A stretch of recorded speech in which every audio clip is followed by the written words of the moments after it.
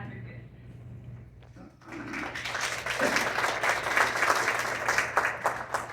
Hi everybody, my name is Maureen Simonetta, as she said, or you can just call me Mo. Let me tell you a little bit about myself. So I'm originally from Easton, Pennsylvania, but I always considered Easton, Bethlehem, and Allentown to be one big area. So what happens in Easton needs to happen in Bethlehem, needs to happen in Allentown. And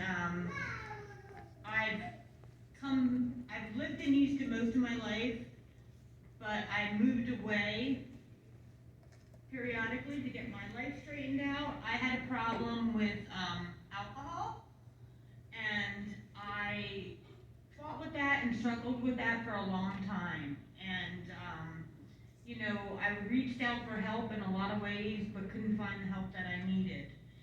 And so I eventually knew that I had to move away to get my problem under control. But my dream was always to come back to Easton, to the Lehigh Valley, and fix the problems that I came up against.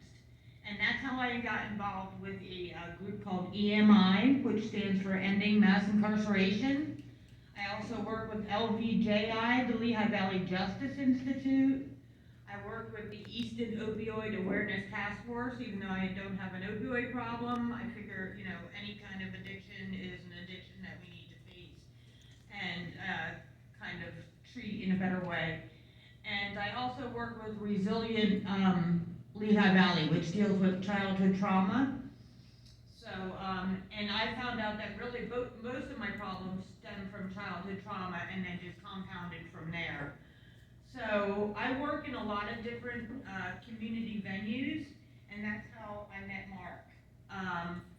He came to, I think, our EMI meeting, I think it was, which is Ending Mass Incarceration. And what we do is try to direct people away from the criminal justice system and towards treatment and prevention and that course. And what he brought our attention to was the budget. And, one thing we didn't really consider was the budget, right? And I'll never forget him saying that the budget that we propose as a community, as a city, as a community, municipality, or a city, is really our moral statement of how we want our community to act. So where we direct our funds is where our priorities are at. And for 30 years now, our priorities have been going to incarceration, criminal justice efforts, putting money, and this is not about defunding the police, because I'm not about defunding the police. That was a poor choice of words. I still think it's a poor choice of words. We just need to redirect the money in better ways. We're seeing an outbreak in trauma, which I knew was going to happen because of this pandemic. Up until recently, I was working in the schools in the Allentown area, and I work in schools, so I work in schools that have money, and I've worked in schools that don't have money. And you can definitely see the disparities, right? And it's not fair.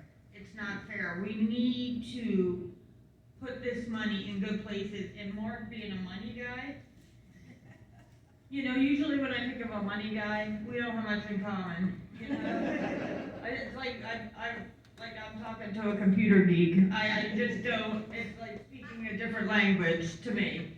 But he knows how to challenge the people or the powers that be, and he's not afraid to do that. He brought many things to our attention, and our groups were able to focus on the budget and get some changes made, right? They might be small changes, but we were actually be able to get some progress made there, right? And the fact that he's not afraid to do that shows me that he's a person that cares about the community and our tax-paying dollars.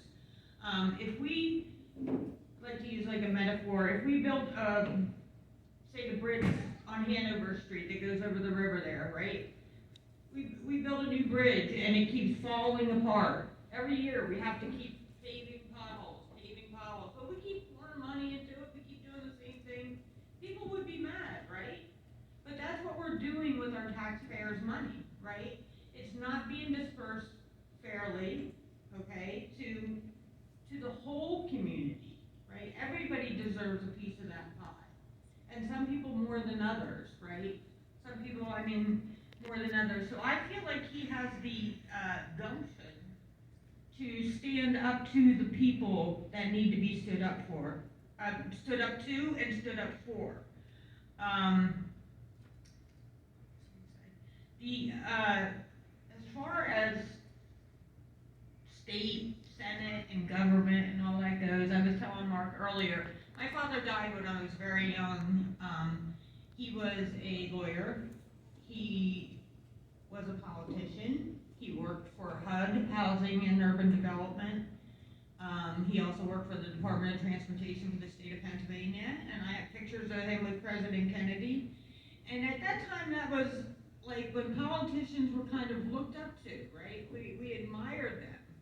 But nowadays, it's like nobody trusts politicians, right? Like, no, I can't say nobody does, but really there's like a lack of trust. And we need to bring that trust and we need to bring that integrity back into the process. It can't be a career position for people to just sit and do what's good for them. It's about the community, right? And so I feel like our taxes, the money that's spent, Mark cares about that. He cares about where it's going to go. It's going to go to the right people. Is it going to go to schools? Are you wasting our money? Because we all work hard for that money, right? We work hard for that money. So I was really excited when he asked me to speak for him. And this is another thing I wanted to say. Up until recently, I was teaching SEL, which stands for Social and Emotional Learning. And what that is I go into the different schools, like I said, and I teach them the basic life skills that we don't normally get. So I teach them how to respect one another, how to disagree in a way that it doesn't end up like we can't talk ever again. I teach them how to listen actively, a lost art, right? And I teach them how to hear other people. I teach them how to be an ally to the person next to them. I teach them respect and no bullying and how to regulate their moods. And we're not seeing that from our leaders, right? We're not seeing that kind of characterization from our leaders. But I see that in Mark. I see that humanness, I see that openness, I see that willingness to listen, right? Because that shows that you care, that you're intentional, right? And these are the kind of people that we need to bring into government.